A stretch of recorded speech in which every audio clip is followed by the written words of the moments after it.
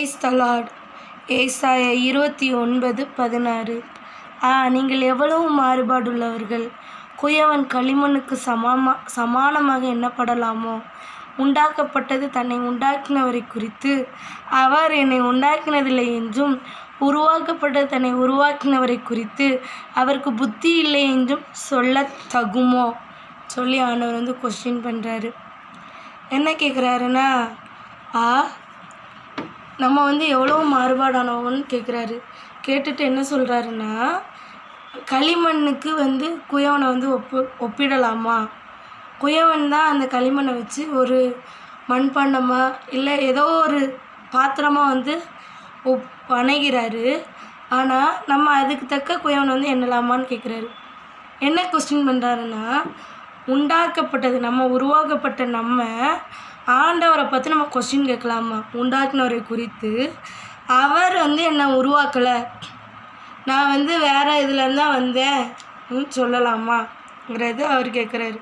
அதே போல் உருவாக்கப்பட்டது தன்னை உருவாக்கினவரை குறித்து அவருக்கு புத்தி இல்லை சொல்கிறோமான்னு கேட்குறாரு. ஏன்னா நமக்கு அநேக காரியங்கள் நமக்கு ஆப்போசிட்டாக நடந்துச்சுன்னா நம்ம என்ன கேட்போம், என்ன சொல்லுவோம்? கொஞ்சம் நம்ம யோசித்து பார்த்தா எப்படி பேசுவோம்? அவர் கண் இல்லை ஆண்டவருக்கு, இப்படி தான் என்னை நடத்துனார், இப்படி பண்ணுறாரு, நான் இப்படி இருக்கேன் அப்படிலாம் நம்ம பேசுவோம். ஆனால் அவர் என்ன கேட்குறாருன்னா, உண்டாக்கப்பட்டது நம்ம என்ன பண்ணுறோம்? உருவாக்குனவரை பற்றி நம்ம என்ன சொல்கிறோம்? அவருக்கு புத்தி இல்லை, அவர் நம்மளை ஏன் இப்படி சோதிக்காரு அப்போல்லாம் நம்ம கொஸ்டின் பண்ணுறோம். அப்படி நம்ம கேட்கக்கூடாதுங்கிறதுக்கு அவர் சொல்கிறாரு. அதே போல் என்ன சொல்கிறாரு, உருவாக்கப்பட்ட நம்ம ஆண்டவர் மூலமாக ஆண்டவர் இயேசு கிறிஸ்து நம்மளை உருவாக்குனார், வணைஞ்சார், ஆதாம் ஏவாளை உருவாக்கி விட்டார். அதே போல் நம்மளையும் ஆணும் பெண்ணுமாக என்ன பண்ணுறாரு, சிருஷ்டித்தார். அவரை பார்த்து நம்ம என்ன சொல்கிறோம்?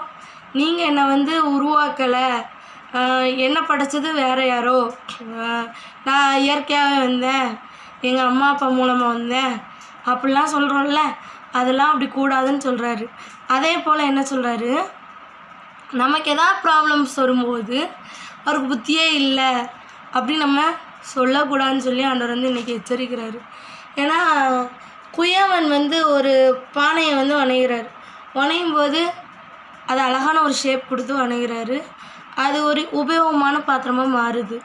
அதே போல் தான் நம்மளும் ஆண்டவர் உருவாக்குகிறார். ஆண்டவர் நம்மளை உருவாக்குற விதம் சச்சு வலிக்க தான் செய்யும். ஒரு ஸ்டோரி சொல்ல போனால் என்ன ஆகும்னா, ஒரு சிற்பி ஒரு கல்லை பார்க்குறாரு. அது செதுக்கிறதுக்கு என்ன பண்ணுது, ஒரு கல்லை போய் செதுக்க போகிறாரு. வலிக்குதுன்னு கத்துது. அவர் அதை விட்டுடுறாரு. அடுத்தாப்புல ஒரு கல்லுக்கு போகிறாரு. வலித்தாலும் பரவாயில்ல, நீங்கள் என்னை எப்படி உருவாக்குறீங்களோ அப்படி என்னை உருவாக்குங்கன்னு சொல்லி அது தன்னை ஒப்பு கொடுக்குது. ஒப்பு கொடுக்கும்போது என்ன ஆகுதுன்னா, அந்த சிற்பி அழகான ஒரு சிலையாக வடிக்காரு. வடித்ததும் என்ன பண்ணுறாரு, அது ஏதோ ஒரு இடத்துல ஒரு உயர்ந்த ஸ்தானத்தில் போய் இருக்குது. அப்பேற்பட்ட உயர்ந்த ஸ்தானத்தில் அந்த சிற்பி அதை ஒரு அழகான ஒரு இதாக வணைஞ்சு வச்சுருக்காரு. அப்பேற்பட்டது அந்த வழிகள் எல்லாம் தாண்டி வருது. அப்போ நம்ம ஏன் அந்த வழிகள் எல்லாம் தாண்டி வரக்கூடாதுன்னு சொல்லி ஆண்டவர் கேட்கிறார். ஏன்னா அநேக வேதனைகள் மத்தியில் தான் ஆண்டவர் நம்மளை உருவாக்குவார், உடைப்பார், உருவாக்குவார், வணைவார். அவர் கையில் தான் எல்லாமே நம்ம கொடுத்துருக்கோம்.